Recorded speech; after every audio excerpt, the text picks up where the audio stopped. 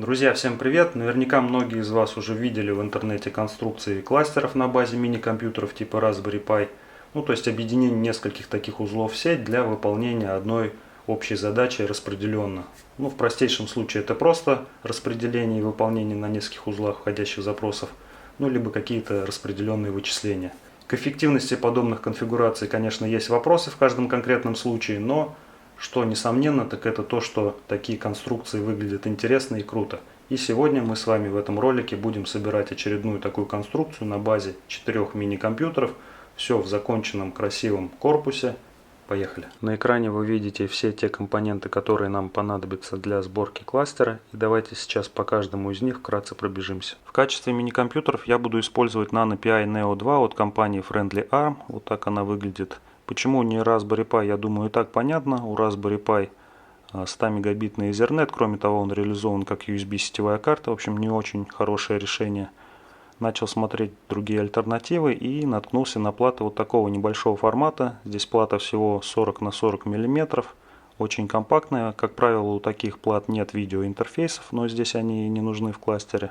Есть подобная плата у Orange Pi Zero, но у нее есть недостатки, и процессор послабее, и Ethernet опять же 100 мегабитный, и там система на чипе смонтирована с той же стороны, где и разъемы, что неудобно для охлаждения. У Nano Pi же здесь стоит Allwinner H5 4-ядерный, довольно мощный, он смонтирован с нижней стороны, что удобно при охлаждении. И здесь гигабитный Ethernet, причем он реализован нативно, вот здесь стоит микросхема физического уровня, все остальные уровни в самой системе на чипе. В общем, потенциально это с точки зрения взаимодействия по сети и по общей своей производительности довольно удачный вариант для кластера. Производитель предлагает к этим мини-ПК вот такие вот радиаторы. Они вот таким образом устанавливаются, не закрывают гребенки, если они запаяны в эту сторону. В принципе, вариант неплохой, но вот что меня смутило. То, что здесь получается зазор между микросхемой и радиатором довольно большой. Миллиметра 3. И производитель предлагает в качестве термоинтерфейса использовать вот такую толстенную термопрокладку. Была у меня идея выпилить из алюминия такой небольшой брусочек по размеру микросхемы. Но это все занимает время, а кластер хочется собрать как можно быстрее, поэтому сегодня я буду собирать на этой термопрокладке. Как видите, гребенки на плату не запаяны, тем не менее они шли вот в отдельном пакетике, можно их самостоятельно запаять. И также можно было доплатить $1, тогда эти гребенки запаяли бы при производстве плат. Тем не менее, мне для кластера они не нужны, поэтому я заказал именно такую версию. Я решил не использовать USB разъем для подачи питания. Я не очень ему доверяю, кроме того, он бы занял довольно приличное место сзади. Я решил использовать вот такие вот разъемы, запаять их вот сюда на место гребенки, вот таким вот образом. И при помощи вот такой вот косы запитать все мини-ПК. Мини-компьютеры в кластере будут соединяться примерно вот таким вот образом попарно через стойки. Вот такие вот. Это на самом деле обычные латунные стойки, просто они никелированные, поэтому не имеют характерной желтизны. Давайте сейчас как раз их соединим и закрепим на боковой стенке корпуса кластера.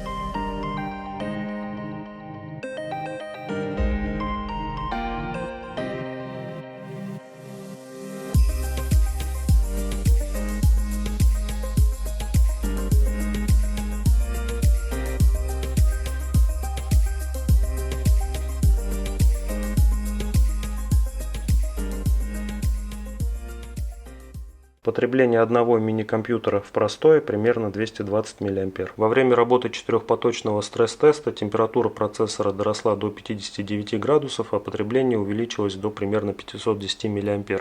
Честно говоря, я ожидал увидеть чуть больше ампера, учитывая, что производитель рекомендует использовать строго 2-амперные блоки питания. Корпус кластера выполнен из акрила 3-мм толщины, который был нарезан с помощью лазерного станка. Рез получается глянцевый, прозрачный, очень приятный на ощупь и в целом ощущение качественной детали создает. Это у нас правая боковина, к которой будут крепиться мини-компьютеры.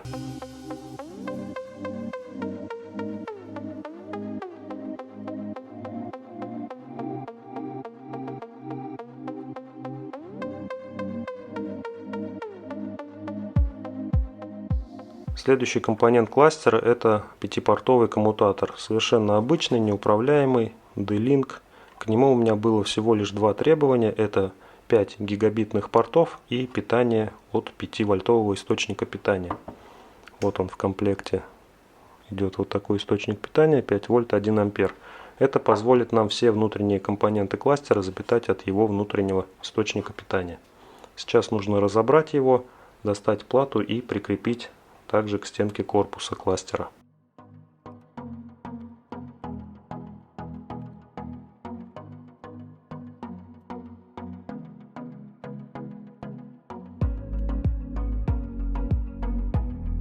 Коммутатор выполнен на одной микросхеме Broadcom BCM53124, и здесь еще есть небольшая микросхема флеш-памяти на 64 килобайта. Прежде чем крепить эту плату в корпусе, необходимо еще снять вот этот питающий разъем и подпаять сюда провода напрямую, потому что места для вот этого соединения уже в корпусе не будет.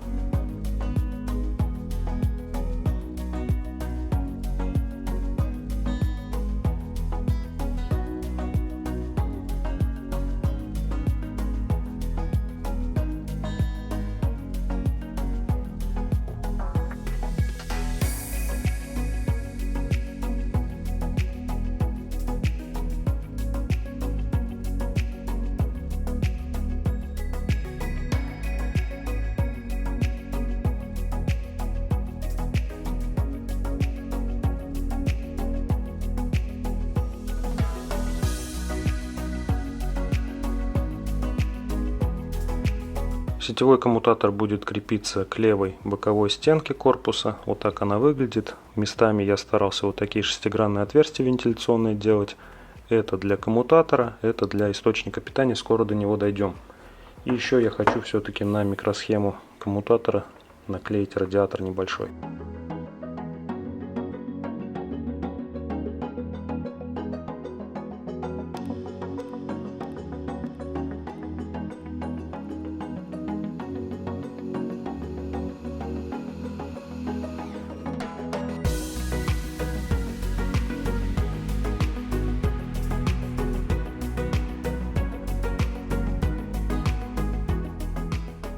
Все компоненты кластера будут запитываться от одного источника питания. Это Minwell LRS355, то есть у него одно выходное напряжение 5 вольт и ток до 7 ампер.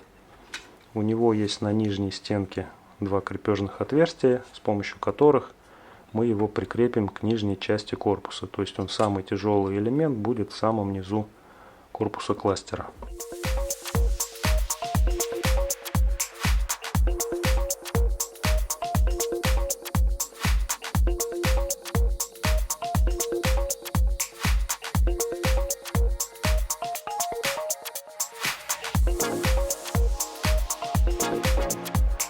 На задней стенке корпуса будет стоять вот такой вентилятор, но с ним есть небольшая проблема. Он на 12 вольт, и от 5 вольт он стартовать отказывается. Поэтому придется поставить вот такой повышающий преобразователь для того, чтобы из 5 вольт сделать 8-9 и чтобы вентилятор стабильно стартовал, при этом не сильно шумел.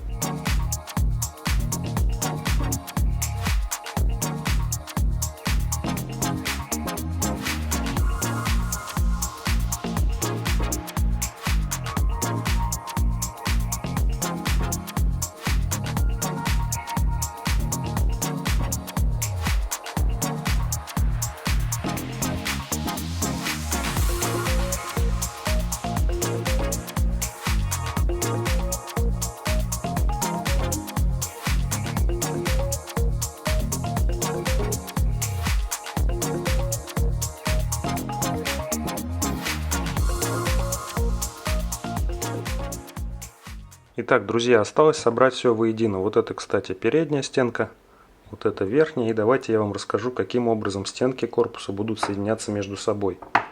Передняя, задняя, верхняя и нижняя стенки будут соединяться при помощи вот таких вот пластиковых профилей. Это профиль, напечатанный на 3D принтере из ПЛА пластика, и он обеспечивает угол 90 градусов. То есть две стенки вставляются вот в этот и вот в этот пазы.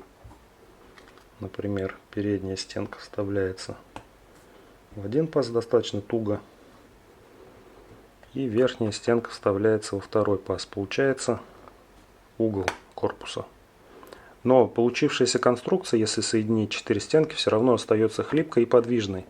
Но когда будет прикручена хотя бы одна боковая стенка, вся конструкция свяжет все стенки между собой, и конструкция приобретет необходимую жесткость. Давайте попробуем собрать по такому принципу весь корпус.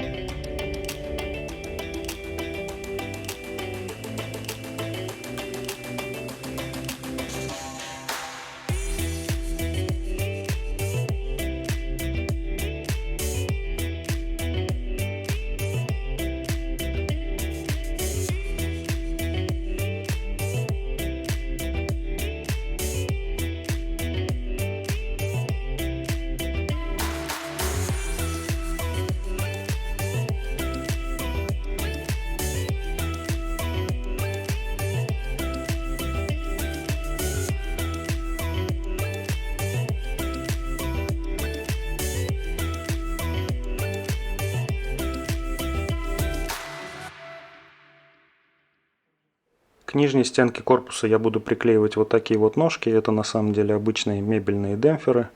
Но чтобы приклеить их симметрично, я буду использовать вот такой вот шаблон.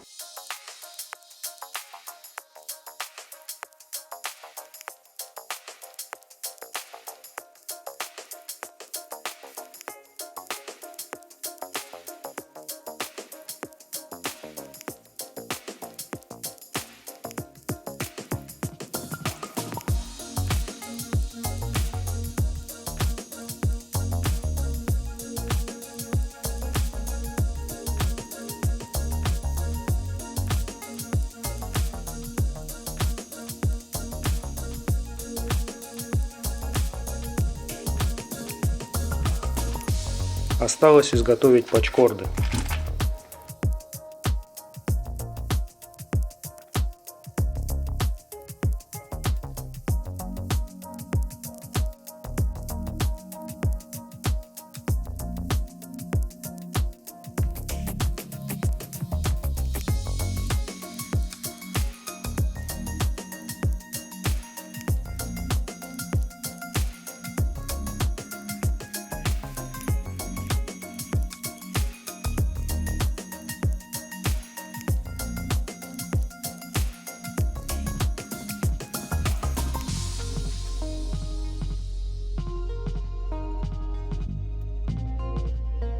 На боковой стенке слева сделано углубление для доступа к защелкам коннекторов, и на практике это действительно удобно.